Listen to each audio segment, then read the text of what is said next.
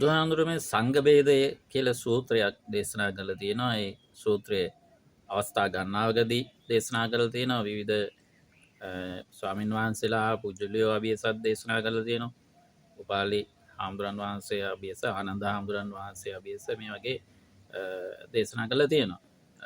සූත්‍රය සංඝ භේද සූත්‍රය. සංඝ භේද සූත්‍රය පිළිබඳව ගොඩක් අය හරි විචාරයක් කරගෙන නැහැ කියන අදහසක් තියෙනවා. එහෙම කරගෙන තියෙනවා නම් ඔය සමාජ මාධ්‍ය භාවිතය තුළ එක් අය ධර්මය පිළිබඳ බොහොම පුදුමාකාර අර්ථකථන කරනවානේ මහා ප්‍රඥාව විදියට. ඉතින් හරි භයානක පැත්තක් තියෙනවා මේ තථාගත සම්බුද්ධ දේශනාව පිළිබඳව අර්ථ විවරණය කරන්න යෑම. මොකද කල්යාණ මිත්‍ර සූත්‍රවල බුදුහාමුදුරුවෝ පැහැදිලිවම දේශනා කරලා තියෙනවා මේ මගේ ධර්මය විවරණය කරන්න පුළුවන් කල්යාණ මිත්‍රයට විතරයි. කල්යාණ මිත්‍ර සම්පත්තියක් විදියට, සම්පතක් විදියට, දුර්ලභ කාරණාවක් විදියට බුදුහාමුදුරුවෝ දේශනා කරනවා. මේ කල්යාණ මිත්‍රය කියලා කියන්නේම තථාගත සම්බුද්ධ දේශනාව ලිහිල් කරන්න දක්ෂ වූ කෙනා කියන එකනේ.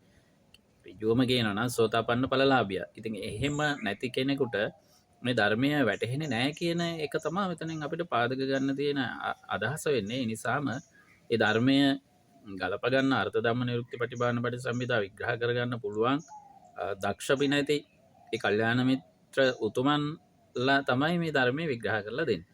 එතකොට එහෙම විග්‍රහ කරලා දෙන ඇත්තන්ගෙන් අහලා දැනගෙන භාවිතා කරන්නයි Tamanට තියෙන්නේ.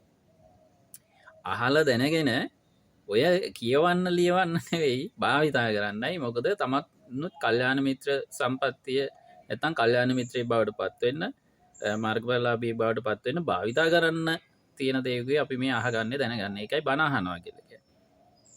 ඉතින් මේ පෞගී දස්සලතර දහම් පාඨයක් පිළිබඳව එකක් දෙකක් නෙමෙයි බොහෝ සමාජ මාධ්‍යවල සමාජය තුළ භාවිතා වෙන තථාගත සම්බුද්ධ දේශනාවේ දහම් පාඨ අරගෙන වැරදි විදිහට අර්ථකථනය කරලා තමන්ට බොහොම ලාභ විදිහට පහසු විදිහට අර්ථකථනය කරලා දන්න විදිහට අහගත්ත විදිහට අර්ථකථනය කරලා බොහොම ජනප්‍රියව මේක බුදුහාමුදුරුවෝ කිව්වේ මේ විදිහයි කියන ආකාරයෙන් භාවිතා කරනවා. එහෙම භාවිතා කරොත් මේ සංඝ භේද සූත්‍රයට අනුව බුදුරජාණන් වහන්සේ විග්‍රහ කරලා පෙන්නලා දීලා තියෙන්නේ නියත අපාගත වෙනවා කියලා. සංඝ භේදය කියලා කියන්නේ නිවන් දකින්නට තියෙන ලෞතුරු තථාගත සම්බුද්ධ දේශනාව හා විනය, ධර්ම විනය විකෘති කිරීම, වෙනස් කිරීම, අර්ථ විග්‍රහයන් වැරදි විදිහට භාවිතා කිරීම, දේශනා කිරීම. ධම්මෝ අධම්මෝති දීපෙන්ති, අධම්මෝ ධම්මෝති දීපෙන්ති, විනය අවිනයෝපි දීපෙන්ති, අවිනය විනයෝපි දීපෙන්ති. මේ විදිහට කරුණු 10ක් බුදුරජාණන් වහන්සේ දේශනා කරනවා. තථාගත සම්බුද්ධ දේශනාව ධර්මය අධර්මය කොට විග්‍රහ කිරීම, පෙන්වා දීම, උපදෙස් දීම, අධර්මය ධර්මය කොට පෙන්වා දීම, උහුරු පුරුදු කිරීම, දේශනා කිරීම. විනය අවිනය විදියට, අවිනය විනය විදියට මේ විදියට වැරදි ආකාරයට භාවිතා කිරීම. ඉතින් අද අපි දකිනවා බොහෝ ස්වාමීන් වහන්සේලා පන්සල් පද්ධතිය පුරා ඔඩුදුපු රෝගයක් වගේම අපිට දකින්න ලැබෙන දේ තමයි ධර්මය අධර්මය කරපු එක, අධර්මය ධර්මය කරගෙන භාවිතා කරන එක සහ විනය අමුමම උල්ලංඝනය කරමින් විරාජමානව කටයුතු කරන එක. විනය කැඩුවා නම් යම් බික්කුවක් ඒ බික්කුවම තමයි ජනප්‍රිය වෙලා තියෙන්නේ. ඒ බික්කුවම තමයි වරප්‍රසාද ලබාගෙන තියෙන්නේ. එයා තමයි බික්කුව විදිහට පෙනී හිටින්නේ. මේක අර විවිධ සූත්‍ර දේශනාවල පෙන්වලා දීලා තියෙනවා. කාලයට අනුව මේ බව වෙන බව කොසල් රජුරුදුට සිහින විග්‍රහවලදී පවා පෙන්වලා දීලා තියෙනවා. ඉතින් ලොකු භයානක ප්‍රතිකතක් පිළිබඳවයි ඔබට සිහිපත් කරලා දෙන්නට උත්සාහ කළේ.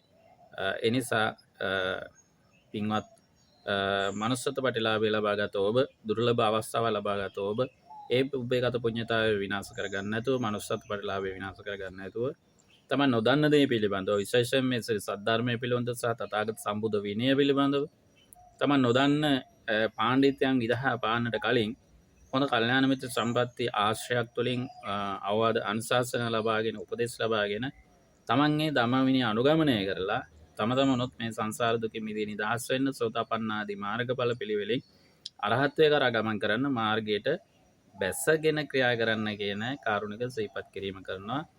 ඒ ධම්මානුධම්ම පටිපදාව තුළින් ඔබට මෙලව ජීවිතය තුළ සැනසිලිදායකත්වය, සියලු දුක්ඛ දෝමනස්යන්ගේ විරමණය, ඒ වගේම සියලු දෙවි දේවතාවුන් වහන්සේලාගේ සහ විශ්ව ශක්ති සුභ කිරණ වල ආශිර්වාදය ලබාගෙන ඔබ ඒ අනුගමනය කරන දහම් මාර්ගයට පුදුමාකාර ආලෝකයක් සහ ආරක්ෂාවක් සලසා ගන්න පුළුවන් කියන එකත් ශ්‍රීපත් කළ දෙන්න.